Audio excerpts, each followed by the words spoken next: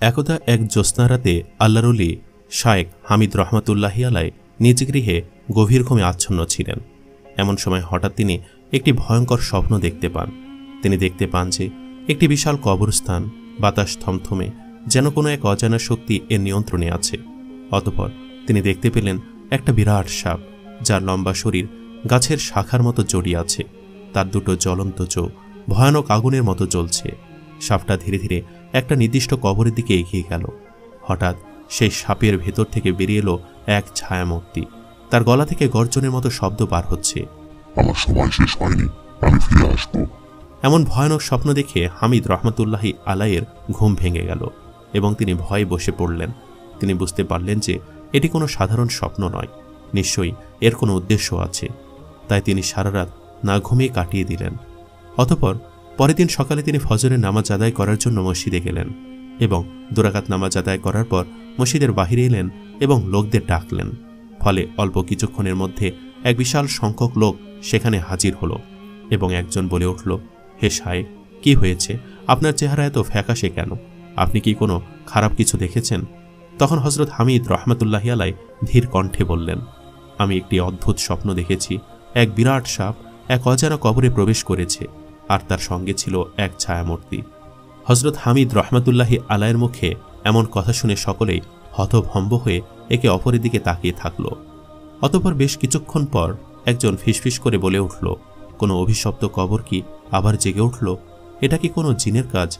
এক বৃদ্ধ ব্যক্তি কাঁপা কাঁপা কণ্ঠে বললেন, হে শায়েখ, হয়তো এটা সেই কবর যেখানে এক অভিশপ্ত রাজা শায়িত আছে। ফলে মসজিদ জুড়ে এক চাপা গুঞ্জন ছড়িয়ে পড়ল। লোকজন কৌতূহল ভরে একে অপরের দিকে তাকিয়ে থাকল।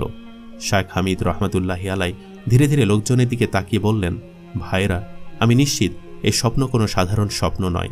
নিশ্চয়ই আল্লাহ তাআলা কোনো ইঙ্গিত দিচ্ছেন, আমাদের সাবধান হওয়া দরকার। তখন ইমরান নামের এক যুবক বলল, হুজুর, আপনি বলুন, আমরা কি করব? এই অভিশপ্ত কবরের কাছে কি আমাদের যাওয়া উচিত?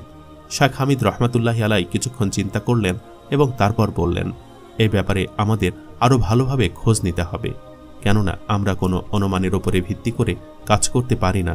আগে জানা দরকার এই কবরে আসলে কি আছে। এই কথা শুনে সকলে একে অপরের দিকে বিস্ময় ভরা দৃষ্টিতে তাকিয়ে রইল। ঠিক তখনই এক বৃদ্ধ সামনে এগিয়ে এলেন। তার নাম হাকিম সাহেব। তিনি গ্রামের সবচেয়ে জ্ঞানী ও অভিজ্ঞ মানুষদের একজন।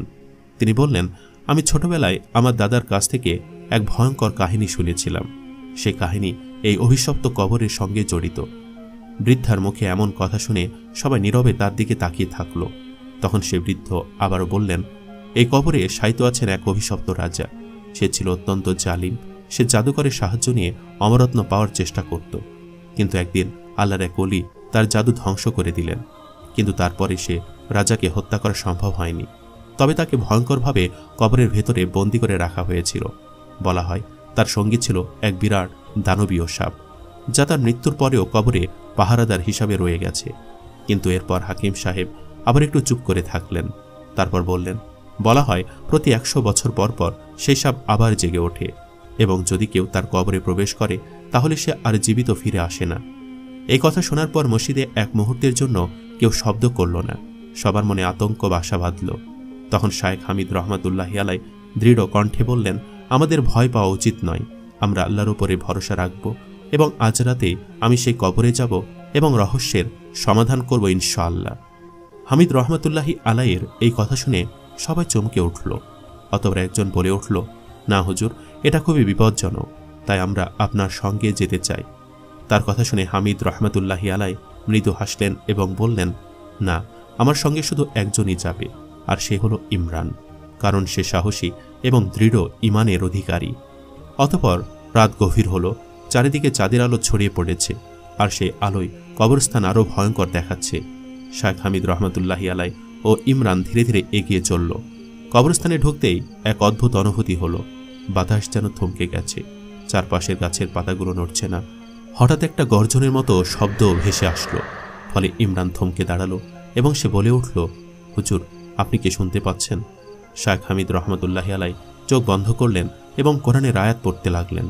কিছুক্ষণ পর আবার সে একই শব্দ শোনা গেল, কিন্তু এবার শব্দটি ছিল আরও জোরালো। তখন শায়েখ হামিদ রহমাতুল্লাহি আলাই বললেন, আমরা সঠিক জায়গায় চলে এসেছি। এরপর আরেকটু এগিয়ে যেতে তারা দেখা পেল সেই কবরটি, সেটি অন্য সব কবরের চেয়ে একটু বড় আকারে, আর কবরের চারপাশে কালো পাথরের দেওয়াল দিয়ে ঘেরা। ফলে তারা দুজনে কবরের সামনে দাঁড়াতেই এক বিরাট ছায়া নড়ে উঠল। ফলে ইমরান ভয় পেয়ে বলে উঠল, হুজুর, এটা কি? তখন সেই ছায়ার ভেতর থেকে একটি জ্বলন্ত চোখ দেখা গেল। বিরাট সাপ এটি ধীরে ধীরে মাথা তুলল এবং তার লম্বা শরীর কবরের চারপাশে ঘুরতে লাগল, চোখের মধ্যে আগুনের মতো আভা। তখনই সেই ভয়ঙ্কর সাপ গর্জন করে বলল, তোমরা এখানে কেন এসেছ? তোমরা চলে যাও, না হলে ধ্বংস হয়ে যাবে। কিন্তু শায়েখ হামিদ রহমতুল্লাহি আলাইহি নড়লেন না। তিনি বললেন, আমরা আল্লাহর ইবাদতকারী, তাই আমাদের ভয় দেখিয়ে কোনো লাভ নেই। আমরা জানতে চাই তুমি কে। তখন সাপটি কিছু সময় নীরব থাকার পরে বলল, আমি সেই রাজার রক্ষক। আমি শপথ নিয়েছি, কেউ যদি এই কবরের কাছে আসে তাহলে আমি তাকে ধ্বংস করব।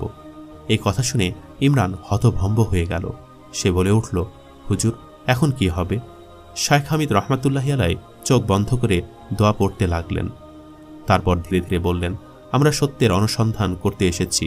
আল্লাহর রহমতে আমরা ফিরে যাবই। তবে তার আগে আমরা জানতে চাই এই কবরে কি আছে। হামিদ রহমতুল্লাহি আলাইহির কথা শুনে সাপটি কিছুক্ষণ স্থির হয়ে থাকল। এরপর তার বিশাল শরীর দিয়ে কবরের একপাশে দাঁড়িয়ে গেল। ফলে হঠাৎ করে কবরের মাটি আরও বেশি কাঁপতে লাগল, যেন ভেতর থেকে কিছু একটা বেরিয়ে আসবে। ইমরান আতঙ্কিত হয়ে বলল, হুজুর, আমরা কি বিপদের মুখে পড়েছি? শায়েখ হামিদ রহমতুল্লাহি আলাইহি শান্ত কণ্ঠে বললেন, ভয় পেও না ইমরান, আমরা আল্লাহর সাহায্য চাইব। এরপর তিনি কোরআনের কিছু আয়াত তেলাওয়াত করতে লাগলেন। আয়াত তেলাওয়াত করতে সাপটি কেঁপে উঠল এবং তার বিশাল শরীর কয়েকবার মোচড় দিয়ে মাটিতে আছড়ে পড়ল। ঠিক তখনই কবরের পাথরের দেওয়ালে বিশাল ফাটল দেখা দিল এবং ধীরে ধীরে এক রহস্যময় দরজা প্রকাশ পেল, আর সেই দরজা থেকে কালো ধোঁয়ার মতো কিছু বের হতে লাগলো। তখন সাপটির যন্ত্রণায় চিৎকার করে উঠল, না, এ দরজা খোলা যাবে না, এটা খোলা মানে ধ্বংস নেমে আসবে। সাপের মুখে এমন কথা শুনে ইমরান বিস্ময়ে বলল, হুজুর, এ কি হচ্ছে? এই কবরের নিচে কি আছে? শায়েখ হামিদ কিছুক্ষণ চোখ বন্ধ করে রাখলেন। তারপর বললেন, এখানে শুধু একটা লাশ নেই, এখানে বন্দী আছে এক ভয়ঙ্কর জিন, যে সেই জালিম বাদশার সহচর ছিল। এই কথা শুনে ইমরান শিউরে উঠল এবং বলল, তাহলে কি সেই জিন মুক্ত হতে চাইছে? তখন শায়েখ মাথা নাড়লেন এবং বললেন, আমাদের সাবধান থাকতে হবে, কারণ এই দরজার পেছনে হয়তো আরও বড় কোনো বিপদ অপেক্ষা করছে। ঠিক তখনই দরজার ভেতর থেকে এক কর্কশ গলার আওয়াজ এলো। কে আমার ঘুম ভাঙালো? কে আমাকে ডাকলো? সাপটি তখন ভয় পেয়ে পেছনে সরে গেল এবং কবরের নিচে থেকে আসা সেই কর্কশ গলার আওয়াজ পুরো কবরস্থানকে কাঁপিয়ে দিচ্ছিল। ইমরানের গা শিউরে উঠল এবং সে কাঁপা কাঁপা কণ্ঠে বলল, হুজুর, এই ভয়ঙ্কর কণ্ঠকার। শায়েখ হামিদ গভীর চিন্তায় মগ্ন ছিলেন। তিনি দরজার সামনে এসে কোরআনের আরও কিছু আয়াত তেলাওয়াত করলেন। আয়াত পড়তেই দরজায় কাঁপুনি থেমে গেল, কিন্তু তখনই হঠাৎ এক প্রচণ্ড বাতাস উঠে এলো, যেন কালো ঝড় বয়ে যাচ্ছে। এরপর সেই দরজা থেকে বেরিয়ে এলো এক ভয়ঙ্কর ছায়ামূর্তি। তার উচ্চতা একজন মানুষের দ্বিগুণ, আর তার চোখ দুটো যেন জ্বলন্ত আগুন। হঠাৎ কবরস্থানে বাতাস যেন ভারী হয়ে গেল। অতঃপর সে ছায়ামূর্তি তার বিশাল হাত প্রসারিত করল আর বিকট হাসি দিয়ে বলল, অবশেষে আমি মুক্তি পেলাম। 100 বছর ধরে আমি বন্দী ছিলাম, এবার আমি প্রতিশোধ নেব। সাপটি তখন আতঙ্কে পেছনে সরে গেল। ইমরান থরথর করে কাঁপছিল, তাই সে শায়েখ হামিদের হাত শক্ত করে ধরে বলল, হুজুর, এ কি বিপদ? শায়েখ হামিদ স্থির কণ্ঠে বললেন, তুমি কে? আল্লাহর কসম, সত্য বলে দাও। ভয়ঙ্কর ছায়াটি তখন হেসে বলল, আমি সেই জালিম বাদশার অনুগত জিন, যার নাম ছিল আজরা। সে আমাকে বন্দী করেছিল, কিন্তু একদিন নিজেই তার কবরের সঙ্গে আমাকে বেঁধে নিল। আমি আজ এত বছর পর মুক্ত হলাম। হঠাৎ সাপটি শায়েখ হামিদের সামনে এসে মাথা নিচে করে ফেলল, যেন কিছু বলতে চাইছে। শায়েখ হামিদ তার দিকে তাকিয়ে বললেন, তুমি এতক্ষণ আমাদের বাধা দিচ্ছিলে, এখন আমাদের সাহায্য করতে এসেছো কেন? সাপটি ফিসফিস করে বলল, আমি এই জিনের পাহারাদার ছিলাম, যেন সে মুক্ত হতে না পারে, কিন্তু এখন সে মুক্ত হয়ে গেছে, তাই আমাদের এক হতে হবে, না হলে এই জিন পুরো গ্রামকে ধ্বংস করে দেবে। সাপের মুখে এমন কথা শুনে ইমরান বিস্মিত হয়ে বলল, তাহলে তুমি আমাদের বন্ধু? সাপটি বলল, হ্যাঁ, এখন আমরা বন্ধু। এদিকে সে ভয়ঙ্কর জিন আজরা আকাশের দিকে হাত তুলে তীব্র আওয়াজে বলল, এখন এই গ্রামে আগুন বর্ষণ হবে, কেউ আমাকে থামাতে পারবে না। ঠিক তখনই শায়েখ হামিদ কোরআনের একটি আয়াত পড়তে লাগলেন এবং তিনি তার হাত তুলে আকাশের দিকে তাকিয়ে বললেন, হে আল্লাহ, তুমি এই জিনের শয়তানি ধ্বংস করে দাও। এই দোয়া শেষ হতে না হতেই একটা উজ্জ্বল নূরের ঝলকানি দেখা গেল। ফলে ভয়ঙ্কর জিন আজরা চিৎকার করে উঠল এবং বলল, না, এটা কি হচ্ছে? আমি তো ছিলাম শক্তিশালী। অতঃপর তার বিশাল দেহ ধীরে ধীরে কমতে লাগলো আর সে ব্যথায় চিৎকার করতে লাগলো। সাপটি তখন ফোঁস করে বলল, এটাই তার শাস্তি। সে এতদিন বন্দী ছিল আর এখন সে সম্পূর্ণ ধ্বংস হয়ে যাবে। ভয়ঙ্কর জিন আজরা ধীরে ধীরে কুঁকড়ে যাচ্ছিল। তার গগন বিদলে চিৎকার পুরো কবরের স্থান কেঁপে উঠল। বাতাসে যেন আগুনের গন্ধ ভেসে আসছিল। তখন ইমরান বিস্ময় হয়ে বলল, হুজুর, এটা কি হচ্ছে? শায়েখ হামিদ রহমাতুল্লাহি আলাইহি শান্ত কণ্ঠে বললেন, আল্লাহর কালিমার শক্তির সামনে কোনো শয়তান টিকতে পারে না, আস্থার দম্ভ চূর্ণ হবে।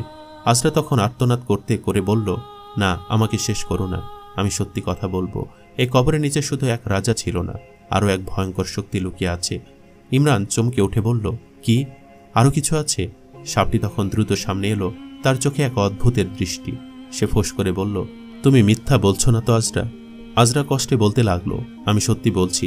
সে রাজা শুধু এক সাধারণ জাদুকর ছিল না, সে এক শয়তানি শক্তির মালিক ছিল, যা তাকে অমর করার জন্য তার আত্মা বিক্রি করেছিল। আমি ছিলাম তার দাস, কিন্তু আমিও বন্দী হয়েছিলাম তার চক্রান্তে। শায়েখ হামিদ চোখ বন্ধ করে গভীর চিন্তায় মগ্ন হলেন। কিছুক্ষণ পর তিনি বললেন, তাহলে আমরা এখনও আসল বিপদের সামনে দাঁড়িয়ে আছি। এই কবরের নিচে নিশ্চয়ই আরও কিছু লুকিয়ে আছে। অতঃপর তারা যখন কবরের পাশে তাকালো, তখন হঠাৎ একটা জায়গায় অদ্ভুত নকশা দেখা গেল। মনে হচ্ছিল যেন একটা লুকানোর দরজা। তখন শায়েখ হামিদ এগিয়ে গিয়ে কোরআনের কিছু আয়াত পড়তে লাগলেন। বলুন, সত্য এসেছে এবং মিথ্যা বিলীন হয়ে গেছে, নিশ্চয়ই মিথ্যা বিলীন হওয়ারই জন্য। এই আয়াত পড়তে দরজাটি কেঁপে উঠল। তারপর ধীরে ধীরে খুলতে লাগলো। দরজা খোলার সঙ্গে সঙ্গে ভেতর থেকে প্রচণ্ড কালো ধোঁয়া বেরিয়ে এলো। তারপর একটি বিকৃত কণ্ঠ ভেসে এলো, তোমরা এত বছর পর আমার ঘুম ভাঙালে, এবার আমি আবার ফিরে আসবো। অতঃপর একটি কালো অবয়ব আস্তে আস্তে তৈরি হচ্ছিল।